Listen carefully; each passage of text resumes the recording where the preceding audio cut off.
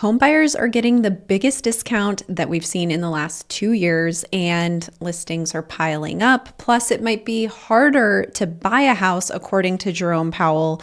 So, we're going to get into all of that today. Thank you for joining me on this Wednesday. First, we have this article from Redfin. The typical home buyer pays roughly 2% less than list price, which is the biggest discount in 2 years. Now, 2% less doesn't sound that exciting, but it is definitely the lowest discount that we've seen over the last 2 years, according to Redfin. They're saying today's average home is selling for under its asking price and taking a long time to sell. We've talked about those days on market recently. While it's not ideal for sellers, it is good news for home buyers. The typical U.S. home is selling for 1.8% less than its asking price, the biggest discount in nearly 2 years. It's taking 56 days to go under contract, which is the longest span in nearly 5 years, and more than half of the listings sitting on the market for at least 60 days without going under contract. This is roughly the same share as we saw during this time in 2023 and 2024. All in all, not the best news for sellers, but that's no surprise. I haven't really had the best news for sellers since the year started. And are things going to change? There's just one little statistic that might be good news for sellers, but it's a little bit soon to tell. I'm going to get into that in a bit. But of course, this made me think, what is going on in the Phoenix area in terms of our listing prices compared to our sales prices. So sales price to list price ratio on a monthly basis is sitting right now at 97.7%. Obviously, this is a little bit higher than we were back in January, so this has increased. If we go back to, February of 24, we were at 98%. We're not that much lower than where we were at in February of 2024. But as Redfin was saying, this is the lowest we've seen in 2 years. Here in Phoenix, December of 2023, we were at 97.5%. But the biggest dip that we saw was January of 2023. It was at 96.5%. Now, I don't know about you, but getting 96.5% of my list price as a seller really isn't that bad, right? Like, we're still pretty close there. And of course, this is not taking into consideration how high did the seller price their home to begin with, right? There's going to be those outliers where someone's priced their home at a price that it was never going to sell for. So we can take this a bit with a grain of salt. However, if you are interested of what's going on in a particular city, let me know. Check the description below. You can click that link to request the list price to sales price ratio in your city. Now let's talk about what's going on with mortgage rates, because we did see a drop last week. Now I'm recording this on Tuesday. Markets were closed on Monday due to President's Day. So all this information I have is really based on last week. But at the end of last week, we actually saw rates come down a little bit for the first time, and they are the lowest that they've been since December 17th. So that is some good news for home buyers out there for once. We had some interesting data come in last week. The CPI showed consumer inflation accelerating much faster than expected. So that was not good news for rates. However, on Friday, retail sales numbers came in and it was lower than expected. And that was enough to move markets so that mortgage rates ended up going down on Friday. As Mortgage News Daily is saying, all else equal, weaker data equals lower rates, and that was plain to see in this morning's market movement, and they're talking about Friday. So where we're at with the 30-year fixed, 6.96% as it stands right now. As you can see, going back just a little bit to February 12th, we were at 7.13%. So obviously 6.96% feels a little bit better than 7.13%. Now, I said that listings are piling up. Well, according to Redfin, housing supply is piling up as home sellers enter the market, but buyers stay on the sidelines. This really isn't shocking to hear. This is what we've been following here in Phoenix as well. New listings are up 7.4% from a year earlier. Pending sales are down 6%. Sales are slow, mostly because of high home prices and mortgage rates. Again, nothing we don't really know. Last week, we looked at the months of supply on the market. So this is, again, emphasizing that there's 5 months of for sale supply in the market nationwide, up from 4.4 months a year earlier.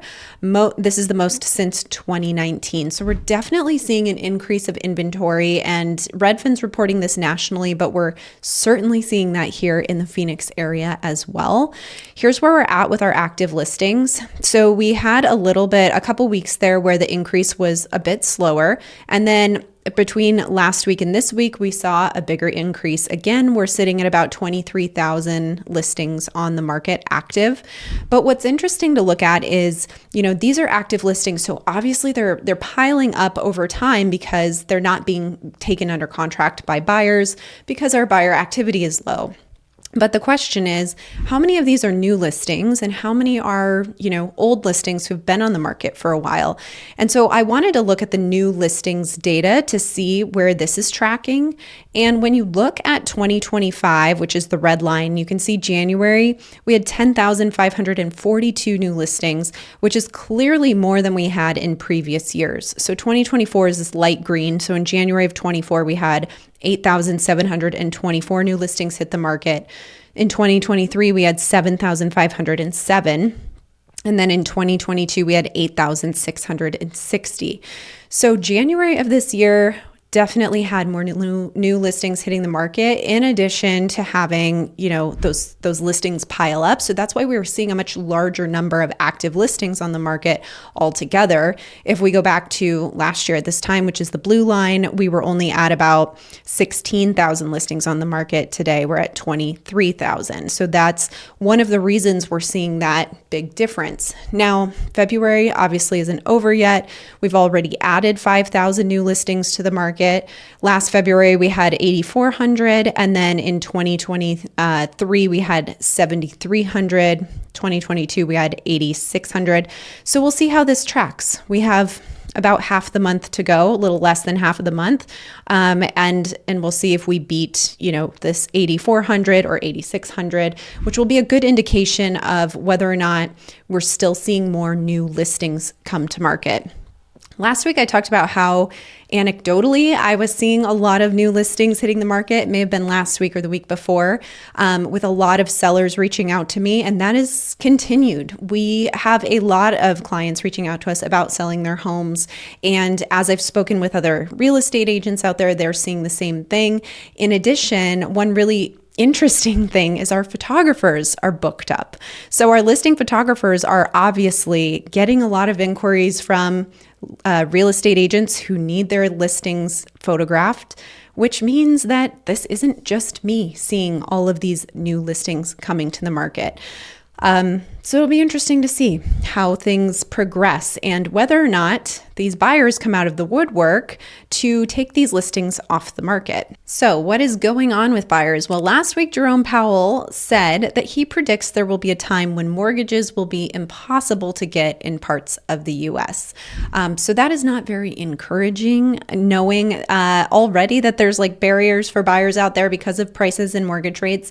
But what he's talking about insurance in areas of the country where insurers won't be willing to insure. And so he's saying if you fast forward 10 to 15 years, there's going to be regions of the country where you can't get a mortgage.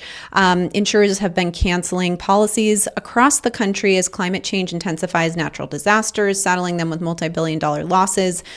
State Farm, for example, canceled thousands of policies in the Pacific Palisades neighborhood in LA. So lenders, and when you get a mortgage, they require that you have homeowners insurance almost all the time. And so if insurers will not insure a particular area or neighborhood, you're not going to be able to get a mortgage on that property. So for buyers, this is really frustrating and a little bit concerning depending on where you want to live. For sellers, this is also concerning if you own a home in one of those areas that could possibly not be insured because your buyer pool shrinks quite a bit if you can't offer the opportunity for someone to get a loan on your property. So I thought that was interesting. More bad news for buyers in the real estate market. Not sure that we'll see that much in Arizona. We don't have many natural disasters, thankfully. We just have a lot of heat. So to be continued on that. By the way, if any of this is helpful for you, make sure you share it with someone who might be interested, or hit that subscribe button so you can be part of our community going forward. Let's talk about what's going on in Phoenix. So listings under contract. Here's where I said I may have a little tiniest bit of good news for sellers. Our listings under contract continues to increase. So let me just show you where we're at in 2025. This is a sign of more buyers out there writing offers and putting homes under contract. So it's good news for sellers because it means there's buyer activity out there. This has continued to increase as we've started the year. As you can see, the last couple years, we wouldn't expect anything different. This is usually how we start the year. Now, whether or not this continues is another question, and how high this number goes is the other thing. So we need to be watching this every single week to make sure that that buyer demand is keeping up with all of these listings we're seeing hitting the market. Otherwise, we are going to have a pileup of listings, and prices will indeed come down eventually if that is the case. Now, buyers, by the way, I know there's a lot of hurdles to get over with buying right now, pricing being one of them, and then second, mortgage rates. Our team has had a lot of success with buyers working in the assumable loan process. So that may be something to look into if you're considering buying a home, but you don't want today's rates. You can assume someone else's mortgage if the mortgage is assumable. There's a few things you need to figure out in order to do that, but check the description below. We have a free guide that should answer all your questions on that, and a home search for assumable loans. So let's take a look at the CMI. I haven't put this graph up here in a big picture in a few weeks, so I think it's worth looking at. First of all, 2025, doesn't look too drastic when we have it in comparison to 2023 and 2024, since that was the full year of data. But when I take that off, 2025 ain't looking so good, right? The CMI has only been going down since we started the year. We got a couple weeks into January, and then the CMI has continued to go down. We are in a buyer's market, and that has not changed. We're at 85.5 right now on the CMI. For anyone unfamiliar, anything under 90, according to the Cromford Report and their algorithm for all of this, is considered a buyer's market. So 85.5, which is, if I remember correctly, probably the lowest number we've been at in a few years. And I'm just going to fact check myself right here. 85.5 isn't coming up, is it? It's been a bit since we've been this low. Even when we had our big dip during COVID, that did not go as low. And then let's go back to 2022, because that was the last time we kind of saw a big change.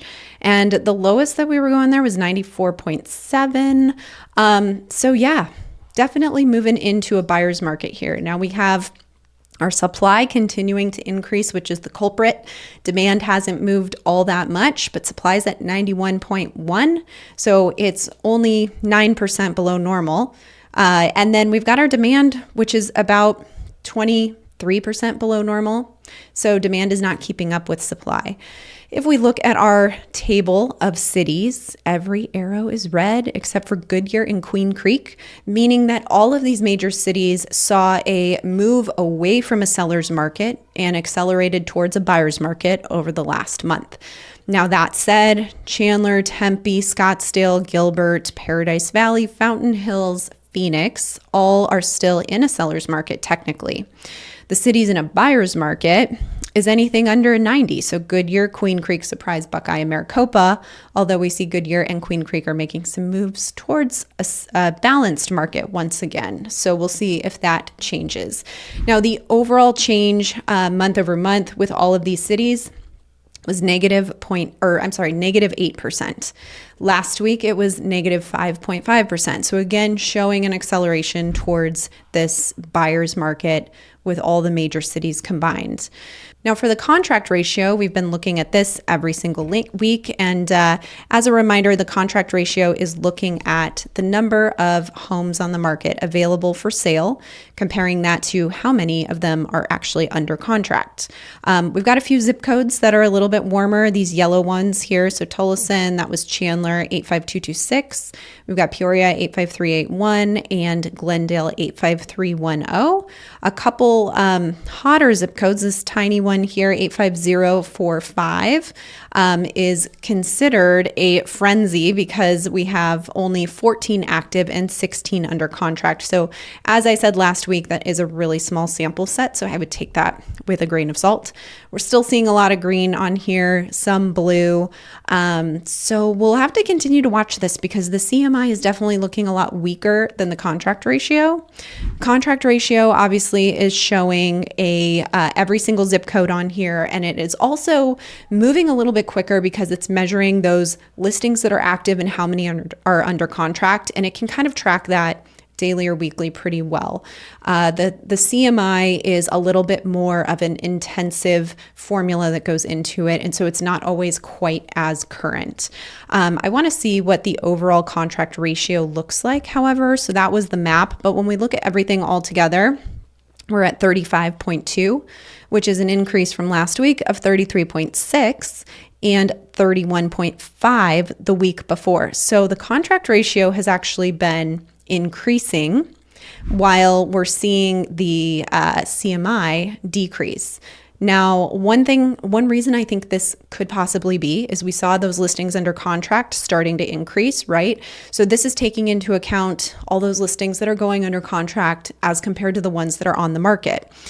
So we're seeing that a little bit more real time. So that is my guess there, but this is definitely something we want to keep an eye on in conjunction with the CMI to really understand where our market is going. So as always, thank you for joining me this week. I will see you guys next week on my next market update.